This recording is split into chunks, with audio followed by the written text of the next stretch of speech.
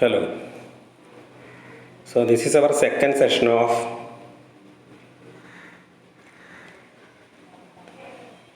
DC generators. This is our second session of our first module of EE311, electrical drives for control and automation. Okay, electrical drives for control and automation the second class. So first module the second class, construction of DC machines. Various parts of DC machines that we have to study. Various parts of DC machines means now we are discussing about DC generator. DC generator generates DC. Okay, DC generator works on the principle of Faraday's first law of electromagnetic induction. DC generator works on the principle of Faraday's first law of electromagnetic induction. The beginning of the discussion of the DC generator, I told you there are two main parts for DC generator. There are two main windings for DC generator. One is armature winding, which is provided in the rotating part of the machine, and the other is field system, which is provided in the stator of the DC machine. That means DC generator. We are discussing about DC generator now. So armature winding and field winding. Armature winding is in rotating part and field winding is in stationary part of the DC generator. These are the two main parts of DC generator. These are not the only main parts of a DC generator. We have to study the main other parts of DC generator. So definitely one is a stator, that means stator considered a field system. Then second one, armature winding, which is provided in the rotor. So stator, rotor. Then the space between stator and rotor is known as air gap. Air gap is there. Stator is there, rotor is there, air gap is there. Air gap is the space between stator and rotor. Then commutator, another main part, commutator. That means end of the armature connection is given to the commutator. Commutator converts the generated AC into DC. Commutator converts the generated EMF inside the DC generator into a DC in the external circuit. So commutator is there. Then brushes are used to collect the current from the DC generator to the external circuit. Brushes are used to collect the current from the commutator to the external circuit. So commutator is there, brushes are there. These are the main parts of a DC generator. We have to study all of them one by one. So DC generator works on the principle of Faraday's first law of electromagnetic induction. The main parts are stator consistent field system, armature winding, which is provided in the rotor, air gap, commutator, then protective cover of the machine known as yoke, brushes, etc. These are the main parts of a DC generator. Okay. Then first one, yoke or magnetic strength. We can study the parts of a DC generator one by one. First one, yoke or magnetic frame. What is meant by yoke or magnetic? The main parts are first one, yoke or magnetic frame. Second one, field system. Field system consists of pole core and field winding. So stator consists of field system, which consists of pole core and field winding. Then next part, armature. It consists of armature core and armature winding. Then end of the armature connection is given to the commutator, which converts the generated AC into DC. Brushes and bearings are there. Brushes are used to collect the current from the commutator. To support the moving parts and frictionless operation of the moving part, bearings are used. To support the moving parts and frictionless operation of the moving parts, bearings are used. Then shaft is there, air gap is there. The space between stator and rotor is known as air gap. Okay, so in a systematic way, we have to study the main parts of a DC generator. I am repeating: yoke or magnetic frame, then field system, which is in the stator part of DC generator, armature, which is in the rotating part of DC generator, then commutator, end of the armature winding is giving to a commutator, which converts the generated AC into DC. Then brushes and bearings. Brushes are used to collect the current from the commutator and delivers to the external circuit. Bearings are used to support the moving parts and frictionless operation of moving parts of the machine. Then shaft is there on which the armature winding, on which the rotating part is installed. Then air gap. Air gap is the space between stator and rotor. So we can study these seven parts one by one. These seven main parts one by one. These are the main seven parts of a DC generator. Okay, DC generator is also known as dynamo. It works on the principle of Faraday's first law of electromagnetic induction. Okay, EMF is induced according to Faraday's first law, which is nothing but a dynamically induced EMF. I told you all these things in the first class. What is meant by dynamically induced EMF? According to Faraday's first law, we know that whenever the conductor cuts the magnetic flux, an EMF is induced. In this generator, in the case of DC generator, conductor, that means armature winding is rotating and field system is stationary, then an EMF is induced.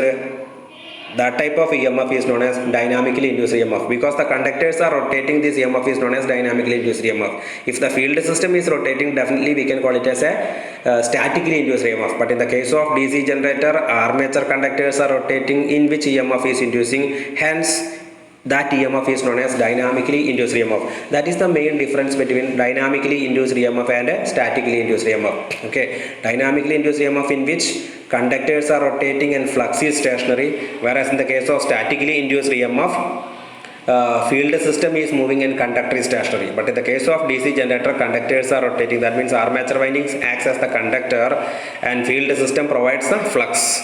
Okay, so we can study all these parts one by one. First one, yoke. Yoke provides a path for the magnetic flux and it provides mechanical support for the whole machine. It provides mechanical support for the whole machine. It provides a magnetic flux. It provides a path for the magnetic flux. It is made up of cast iron. These are the points that you have to note while we are studying about yoke. Yoke, which is the protecting cover of the DC generator. Yoke is the protecting cover of the DC generator. Moreover, it provides a path for the magnetic flux of the machine. It is made up of cast iron. These are the important points that you have to study about a yoke. I think it is clear. Once again I am repeating, it provides mechanical support for the whole machine. It provides path for the magnetic flux and it is made up of cast iron. Then what about field system? So field system is provided in the stationary part of the DC generator. Field system is provided in the stationary part of the DC generator. That means in the case of DC generator, field winding is provided in the stator. Stator consists of magnetic cores. Stator consists of magnetic cores on which field winding is connected in clockwise and anti-clockwise direction. For what purpose field winding is connected in clockwise and anti-clockwise direction in adjacent magnetic cores? What's the reason? The reason is in order to get alternate north and south poles, field winding is connected in the magnetic cores in clockwise and anti-clockwise direction to attain the north and south poles alternately. Okay, the main parts of the stator core are pole body, pole shoe and field winding. Pole body, pole shoe and field winding, which can you see in this figure, construction of DC machines. So please, stator consists of field winding. The field system consists of pole shoe and field. Pole means pole body, pole core body. Pole means pole core body. Then wider part of the pole is known as pole shoe. The wider section of the pole is known as pole shoe. Pole is nothing but the body of the magnetic pole. Okay, the wider part of the pole is known as pole shoe and field winding is wound on the magnetic core. Okay, in this figure there are four magnetic cores. There are four magnetic poles. So field winding is wound on these poles alternately. So in one place we are providing that winding in clockwise direction. In the adjacent pole we are providing that winding in anti-clockwise direction to get north and south poles alternately. So this is the field system of the DC generator. So field system is provided in the stator. Stator consists of pole body, that means pole, wider part of the pole known as pole shoe, and field winding is wound on these poles. In this figure there are four different magnetic cores or magnetic poles on which field windings are wound in clockwise and anti-clockwise direction in order to get north and south poles alternately. Clear? I think it is clear. Yoke provides mechanical support for the whole machine. It provides a path for the magnetic flux and it is made up of cast iron. Stator consists of pole body, pole shoe and field winding. Pole body means magnetic core body. The wider part of the pole body is known as pole shoe and field winding is wound on this body of the magnetic poles in clockwise and anti-clockwise direction. In this figure there are four different magnetic poles. So winding is provided in one pole in clockwise direction. In the adjacent pole it should be in anti-clockwise direction. The next pole it should be in clockwise and then adjacent pole it should be in anti-clockwise direction in order to get in north and south poles alternately. This is the field system of a DC generator. Okay, then next, armature. Armature is the rotating part. Rotor, armature is the rotating part of the DC generator.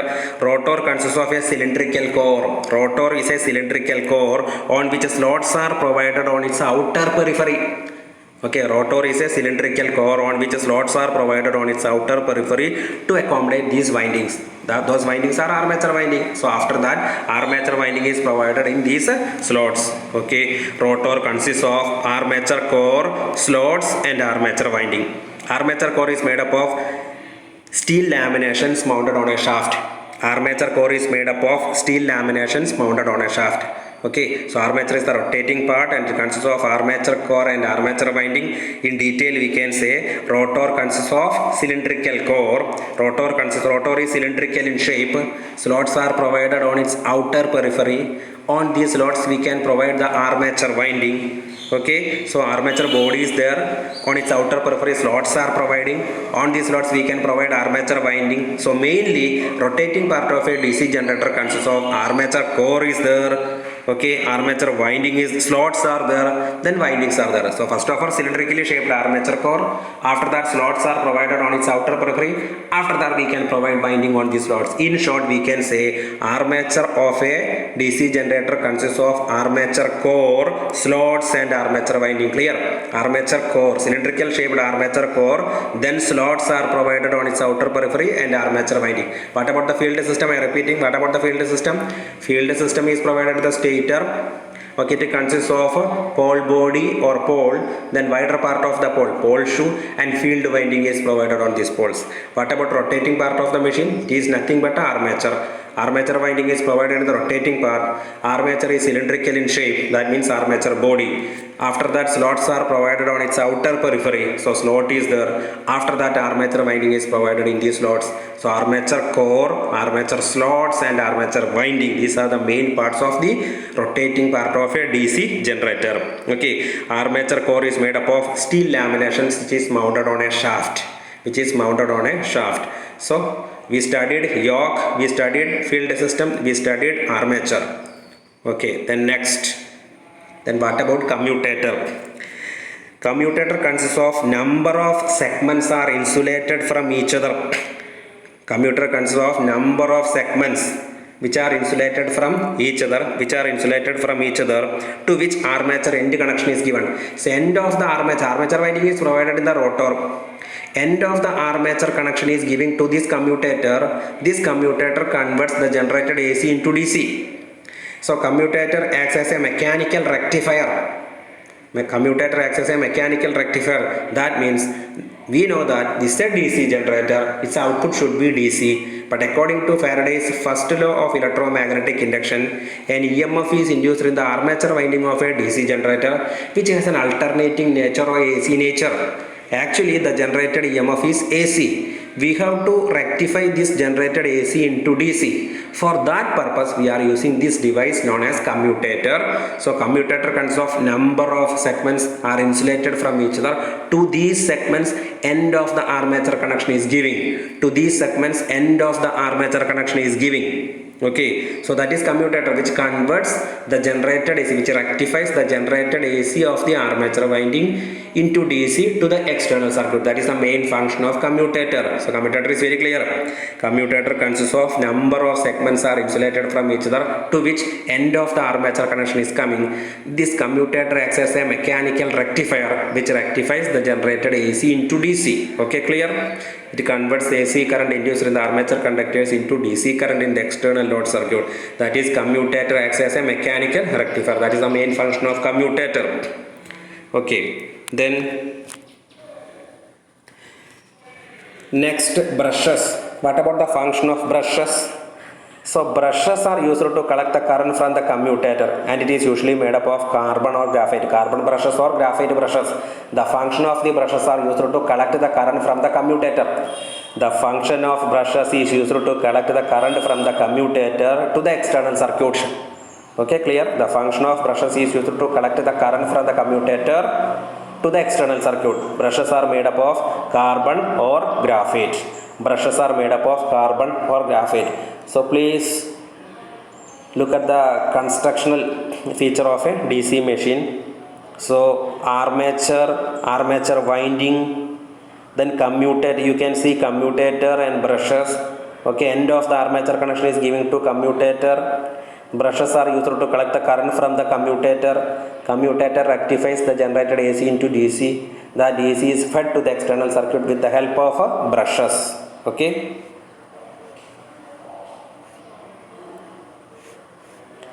Then what about shaft and air gap?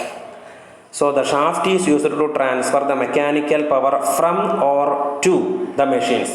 So this is used to in the case of when we use it as a DC generator, the same DC machine can be used as a DC motor. Okay, you have to understand that constructionally there is no difference between a DC generator and DC motor. Constructionally there is no difference between a DC generator and DC motor. The shaft is used to transfer mechanical power from or to the machine means you have to understand that when it works as a generator, it transfers mechanical power from the machine to the external circuit. When it works as a motor, it transfers. It transfers mechanical power to the machine. Okay. So the shaft is used to transfer mechanical power from or to the machine. While it is working as a generator, it transfers mechanical.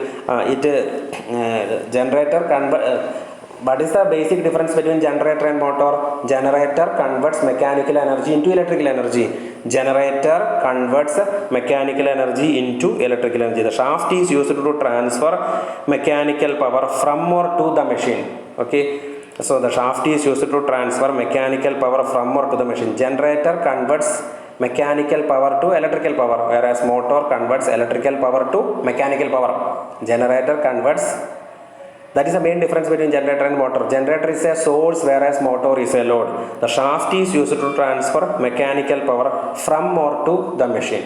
Okay. So generator converts mechanical power to electrical power. So when it works as a generator, it receives mechanical power and it is converting to electrical power. It receives mechanical power when it works as a generator and converting to electrical power. When it works as, I am repeating, when it works as a generator, it receives mechanical power and convert into electrical power. Then what about air gap? Air gap is a small gap between the stator and rotor. Stator consists of field system and rotor consists of armature system. Only with the help of this air gap, the proper functioning of the machine takes place. Okay, the air gap is a small gap between the stator section and rotor section. Stator consists of field system and rotor consists of armature. There should be a small gap between the stator and rotor which facilitates the proper functioning of the machine. So these are the main parts of a DC generator. So once again I am repeating, what about the yoke or magnetic frame? Yoke provides mechanical support for the machine. It provides a path for the magnetic flux. It is made up of cast iron. What about field system? Field is provided in the stationary part of the machine. Stator consists of magnetic cores on which field winding is connected in clockwise and anti-clockwise direction alternately in order to get north and south poles. It consists of pole body, pole shoe and field winding. Pole body means pole shoe means wider part of the machine and field winding. Okay. The next one, armature. Armature is cylindrical in shape. It is provided the rotating part of the machine. It is cylindrical in shape. Slots are provided on its outer periphery. After that, armature winding is provided in these slots. So from this discussion, it is very clear. Rotating part of the generator consists of armature core or armature body, then slots, then armature winding. Armature core is made up of steel laminations mounted on a shaft. Then next, commutator. So look at commutator. What is commutator? Commutator consists of number of segments are insulated from each other to which the armature end connection is given. Commutator acts as the mechanical rectifier of the machine. An AC is generated in the armature winding of the generator. This commutator converts or rectifies the generated AC into DC. That is the main function of the commutator. Next one, brushes and bearings. Brushes are used to collect the current from the commutator to the external circuit. The next, bearing. To support the moving parts and frictionless operation of moving parts, bearings are used. To support the moving parts and frictionless operation of moving parts, bearings are used. Normally, ball bearings are used in DC machines. Ball bearings are used in DC machine. Next, shaft and air gap. So, shaft is used to transfer mechanical power to and from or to the machine. What about air gap? Air gap is a small gap between the armature and field system which facilitates the proper functioning of the machine. So these are the main parts of a DC generator. One important thing I am repeating, constructionally there is no difference between a DC generator and a DC motor. Okay.